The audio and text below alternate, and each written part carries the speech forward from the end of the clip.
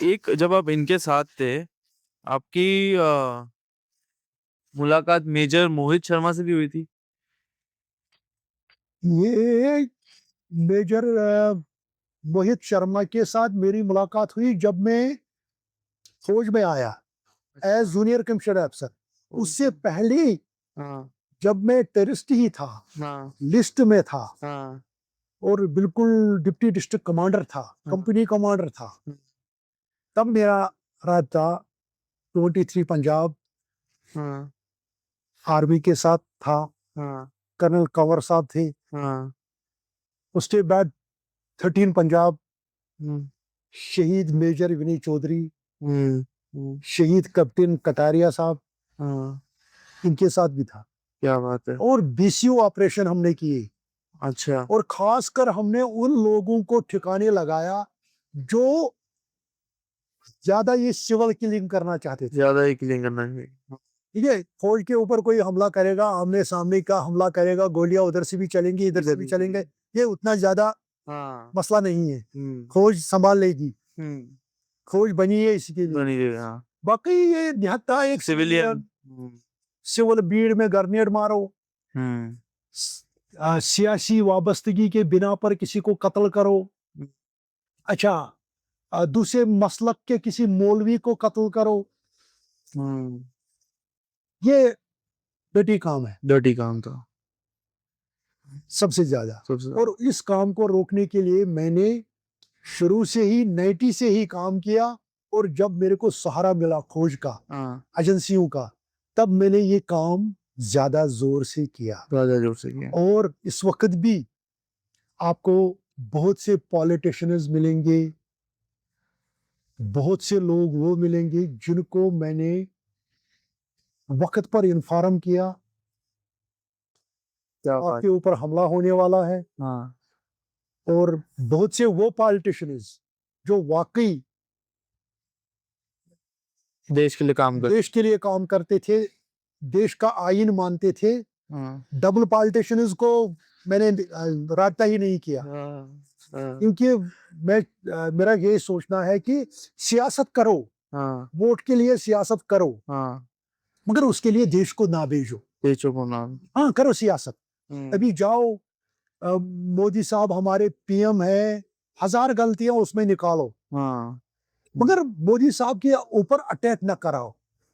सही बात। मोदी साहब भी हमारे देश का सरमाया है, आप भी हमारे देश के सरमाया हो। दुश्मन के साथ मिलके मोदी साहब को नुकसान ना पहुंचाओ।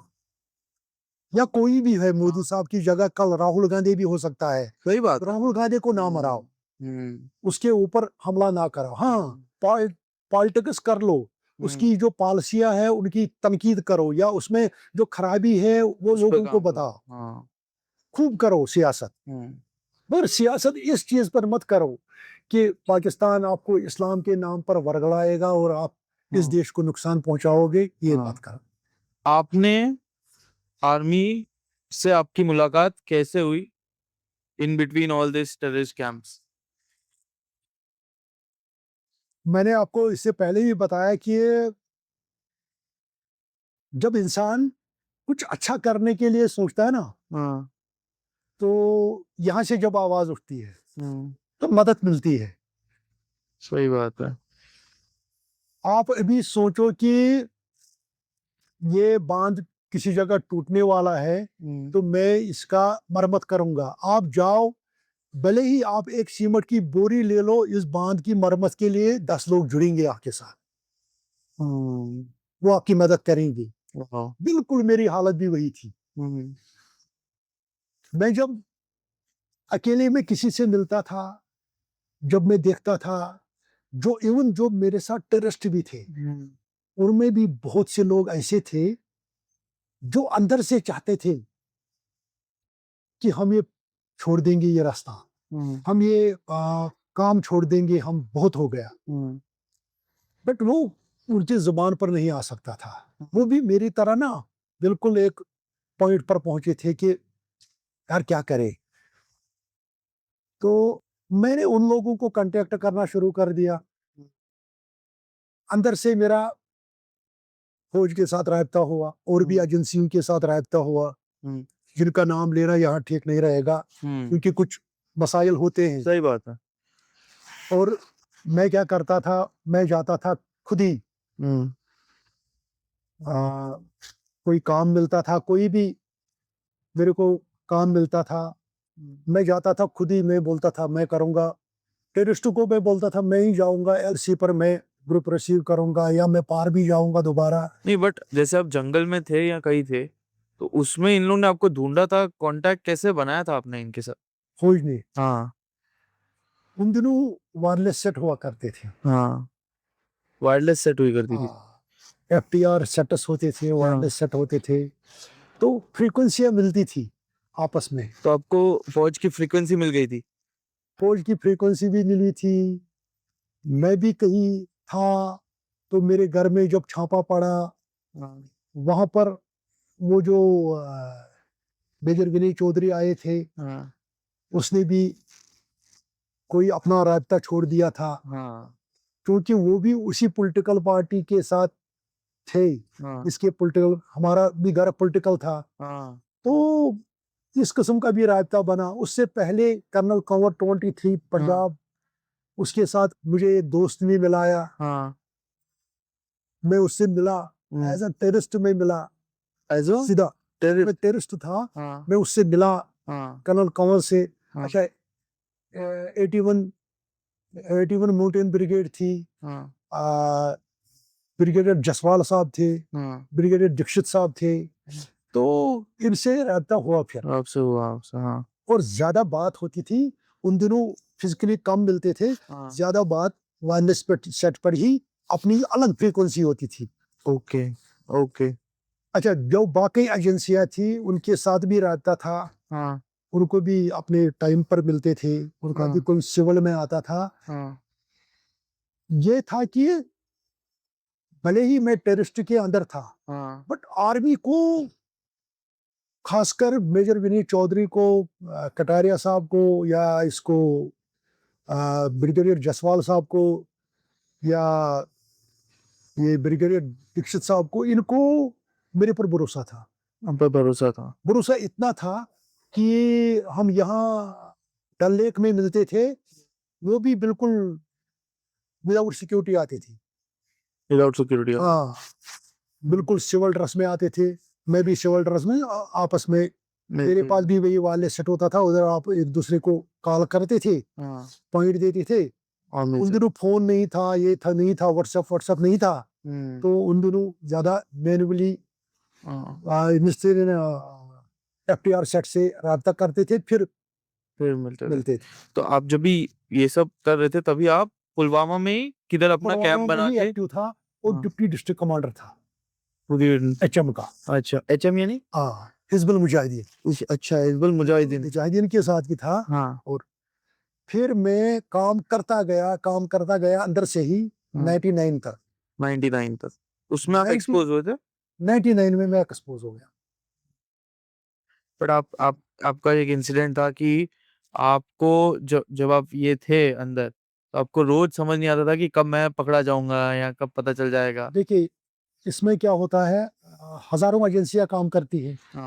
मेरा राब्ता था एजेंसियों के साथ, बट यही था कि उन दिनों ऐसा कम्युनिकेशन नहीं था जैसा आज। फॉर एग्जाम्पल, अगर उन दिनों मैं जंगल में होता था किसी मीटिंग में, फौज को खबर मिलती, तो उनके साथ उस वक्त कैसे मैं अपनी आइडेंटिटी बताऊंगा। और एक जवान को, बेचारे को पता ही नहीं था कि आप कौन हो। नॉर्मल जवान को नहीं पता था। अफसर उसको पता था। तो वो दिन मेरे लिए ना बड़े क्रूशियल थे। ये कोई आसान बात नहीं है। सही बात है। क्योंकि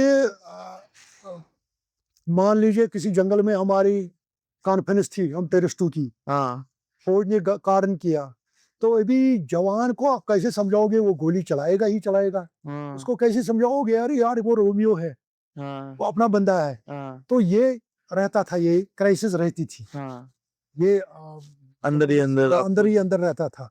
बट यही था कि नेक मकसद के लिए थे उनके साथ।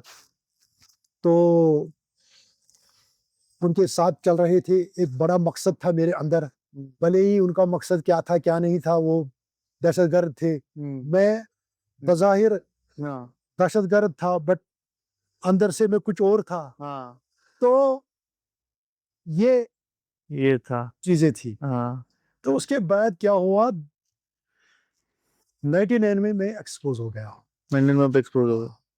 जो ही मैं एक्सपोज हो गया हूँ, मेरे ससुराल, जो मेरा ससुराल है, उसको उन्होंने आग लगा दी, आग लगा उनको दी? मारने की कोशिश की। हाँ, उनके घर पे आग लगा दी? उनके घर को आग लगा दी, रात को ये आग कहाँ लगा था दी। लोकेशन? उधर ही मेरे गाँव में, पुलवामा? पुलवामा में ही, जासो में ही। हाँ, तो उसको वो रात को सोए थे, हाँ, खिड़कियों पर पेट्रोल फेंका, हाँ, डीजल फेंका, केरोसिन फेंका, और आग लगा दी मकान को, ताकि वो अंदर ही जल जाए।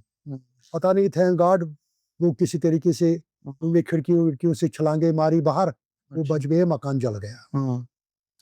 फिर मेरे घर पर भी बट ये लोग आपसे डरते भी थे कि आपने अपना कॉन्टैक्ट? वही वही इन्होंने जो किया ना, इन्होंने मेरे ससुराल वालों को जलाया, मेरे, हाँ, तो मैंने भी अच्छा खासा उन- वापस किया, हाँ, क्योंकि अब मैं एक्सपोज था, हाँ, अब डर नहीं था। अब कौन सा डर। हाँ, हाँ, और मैं भी बिल्कुल ना हिसाब बराबर किया, और इनके ही वो लोग आए फिर हाँ। नेगोशिएशन के लिए। आपसे नेगोशिएशन करने हाँ, वापस आए? कैंप कैंप में आए, बोला कि अब ना हम तुम्हारे घर वालों को सताएंगे, ना आप हमारे घर वालों को सताओ। मैंने कहा ठीक है, मैं पहले से ही, शुरुआत तुम लोगों ने की। तुमने उंगली की थी। हाँ, शुरुआत तुमने की, खत्म मैंने किया, हाँ, तो तुम लोग ही शुरुआत करोगे, मैं खत्म करूंगा। हाँ, तो उसके बाद मैंने आ, अपने बलपोरा कैंप में पनाह ले ली, हाँ, और जो मेरे साथ लड़के थे, हाँ, जो भी मेरे मेरी आइडियोलॉजी के साथ थे, हाँ। उनको मैंने पूरा नहीं बताया था मैं क्या हूँ, क्या हो? हाँ, बट इशारा मैंने दिया था उनको हाँ। कि कश्मीर को बचाना है। कश्मीर को बचा। जब ऊपर से ऑर्डर आता था ना, अब मैं इतना पावरफुल हो गया था, हाँ, जब ऊपर से ऑर्डर आता था ना हाँ, कि फलानी बंदे को मारना, हाँ। बोलते थे, ए, कौन जैसे? दबाओ जा, हाँ, ये हमारा काम है, किसको मारना है किसको नहीं मारना है। नहीं मालूम। ये लड़कों को भी मैंने समझाया था, देखो हम क्यों कश्मीरियों को मारेंगे। हाँ, कश्मीर हमारा है। हाँ, देखो जहाद में कहाँ लिखा है इसको मारना है। मैं उनको समझाता, मैंने उनको ब्रेन वॉशिंग की थी, और उनके साथ मैं हाँ, बलपोरा कैंप में आया। अब मैं ओपनली टेररिस्ट के अगेंस्ट आया और काम शुरू कर दिया। हम्म, 99 अप्रैल था ये। उसके बाद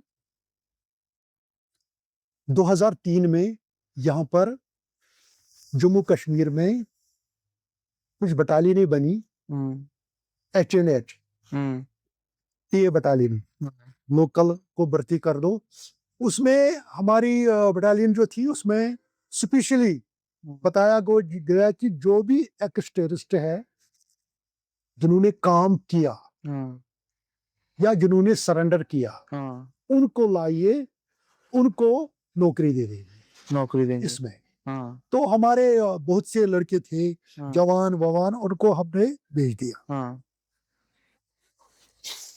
उनको भर्ती करवाया एज राखल में। हाँ, उसके बाद 2003 में वैकेंसियां आई कि 2003 में ये पलटन खड़ी हो गई। हाँ। 2005 में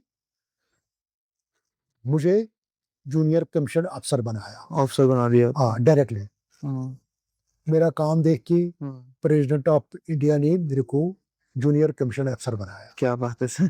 तो जो ही मैं जूनियर कमीशन अफसर बना, हाँ, उसमें भी मेरे को एक अथॉरिटी आ गई, और मैंने खुली सांस ले ली। क्यों? जब मैं टेररिस्टों में अफसर था, जब मैं टेररिस्टों में कंपनी कमांडर था, हाँ, जब मैं प्लाटून कमांडर था, सेक्शन कमांडर था, जब मैं डिप्टी डिस्ट्रिक्ट कमांडर बन था, हाँ, तो मेरे को ऐसे आदेश मिलते थे जो दिल दिमाग से बाहर थे।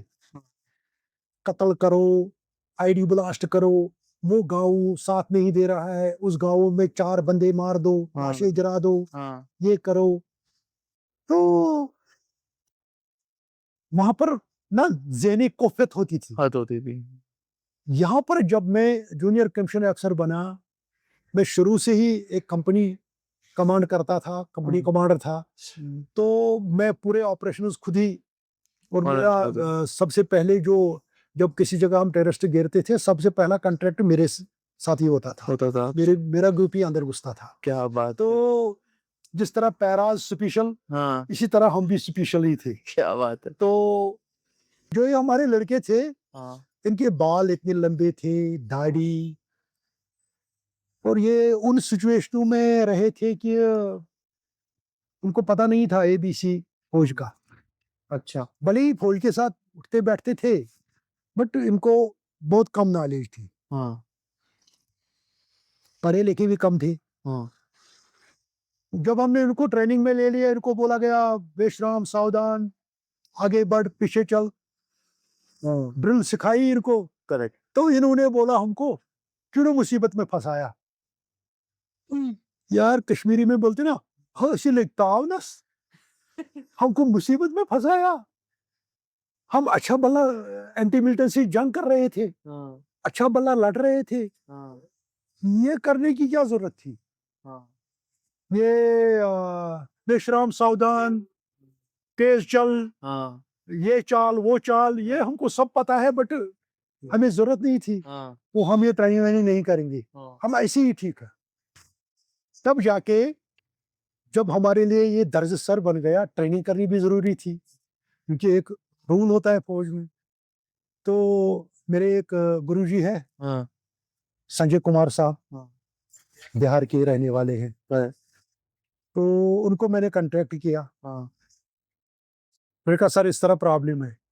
ये भी प्रॉब्लम हो रही थी कि लोग दाढ़ी वाड़ी नहीं काट रहे थे। दाढ़ी नहीं काट रहे थे, बाल नहीं काट रहे थे। हाँ, अच्छा, वो दस लगाना नहीं चाहते थे। हाँ, हाँ, ऑपरेशन के टाइम लगाते थे, ये अलग वर्दी थी हमारी, काली वर्दी इखवान की, बट प्रॉपर ड्रेस में नहीं आना चाहते थे। हाँ, थोड़ा बहुत, जब बंदे की उम्र हो गई, हमने इनको 30 साल बाद भर्ती 30 किया, साल एज तो कोई सीखे और उसके बाद तुम और दूसरी चीज। दूसरा ये एक अलग माहौल से आए थे, हाँ, इनके दिमाग में 4 किस्से थे। हाँ, अच्छा, इनके घरों में टेररिस्टों ने कैजुअलिटियां की थी।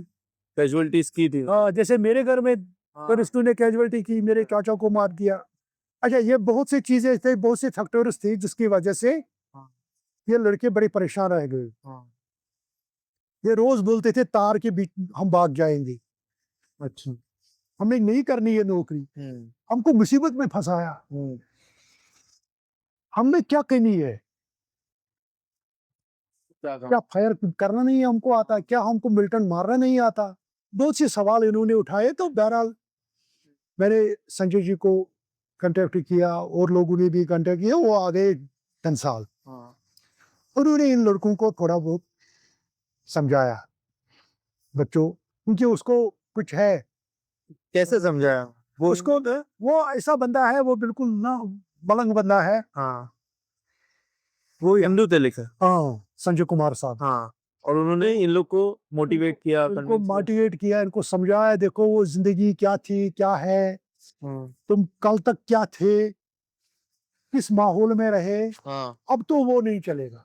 अब तो आप लोगों को प्रॉपर एक डिसिप्लिन में आना है। हाँ ना।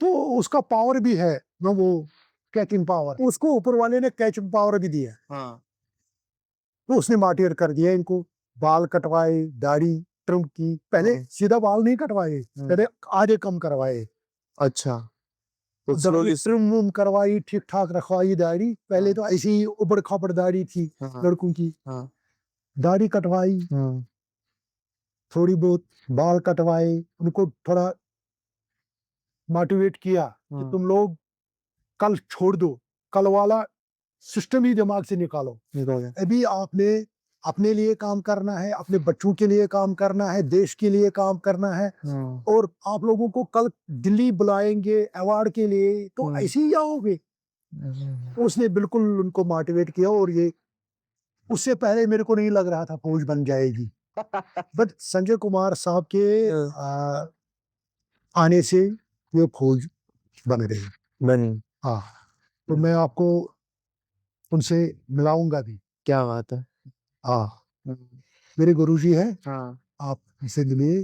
वो बिल्कुल, उसमें आप नहीं देखोगे कोई भी वो एक अच्छे इंसान है, इंसान अच्छे है। क्योंकि जो अच्छा इंसान होता है ना, वो किसी भी मजहब का हो, किसी भी कोई भी मानने वाला हो, वो अच्छा ही होता है। अच्छा ये था। वो इस पूरी धरती के लिए अच्छा होता है। अच्छा अच्छा। आप मुस्लिम हो, हिंदू हो, सिख हो, ईसाई हो, पारसी हो, वट जो आप हो, जो भी हो अच्छा इंसान आपको अच्छा ही फायदा पहुंचाएगा। पहुंचाएगा। तो ये हो गया। फिर जब हमारा हमको जूनियर कमिश्नर अक्सर बनाया, मैंने आपको बताया कि एक ना मेरा वो बोझ सा खत्म हो गया हाँ। कि अब मैं मेरे पास वो ऑर्डर आता था जो बिल्कुल ह्यूमन राइट्स और इंसानी कदरों के एतबार से। दे रहे में तो हाँ। हाँ। उसके बाद मैंने और मेरे लड़कों ने काम किया उस पुल का, हाँ। जो पुल मेरी आर्मी और मेरे अवाम के बीच में बन गया। मेरी बटालियन बनने से पहले फौज को लोग दूसरी नजर से देखते थे। अच्छा। मेरी बटालियन बनने से पहले हाँ। फौज की ना जो इमेज थी, हाँ। वो खराब करके रखी थी आईएसआई ने यहाँ, इन तनख्वाहदार मौलवियों ने, इन तनख्वाहदार प्रॉपर्टी डीलर जमायतियों ने, इन्होंने फौज की जो इमेज थी वो मसक करके रखी थी। जब मेरी बटालियन बनी, लोगों को पता लग गया कि ये मारने वाले नहीं है, ये कातिल ही नहीं है, ये हाथ पकड़ने वाले भी है। फिर हमने ऑपरेशन सद्भावना भी शुरू कर दिया। जवान और अवाम अमन है मुकाम, उसमें मेन रोल हमारे जवानों का था। कहीं पर भी अगर जो टेररिस्टों ने पुल जलाए थे, उन पुलों को हमने बनाया, फौज ने बनाया। जो स्कूल टेररिस्टों ने जलाए थे, उन स्कूलों को बनाया, हॉस्पिटल बनाए। बेसिकली आप जब बने तो कश्मीरी और फौज लोगों से जुड़ पाए। बिल्कुल। एक और गलतफहमी दूर होनी शुरू हो गई फौज के बारे में। जो गलतफहमियां थी, जो आपस में दूरियां थी, वो दूरियां कम होनी शुरू हो गई। यहाँ तक कि मेरी बटालियन में एज अ टीए अपने भारत देश का सबसे बड़ा अवार्ड अशोक चक्र ले लिया। आपके सबसे बड़ा अवार्ड मेरी बटालियन को मिला है। क्या अशोक बात चक्र, क्या बात नजीर अहमद वानी, शहीद हाँ। नजीर अहमद वानी, हाँ। वो भी मेरी बटालियन के थे। टेररिस्ट वाह। आपकी बटालियन का कोई नाम भी था? 162 टीए, क्या? 162 इन्फेंट्री बटालियन टीए। वाह। वाह।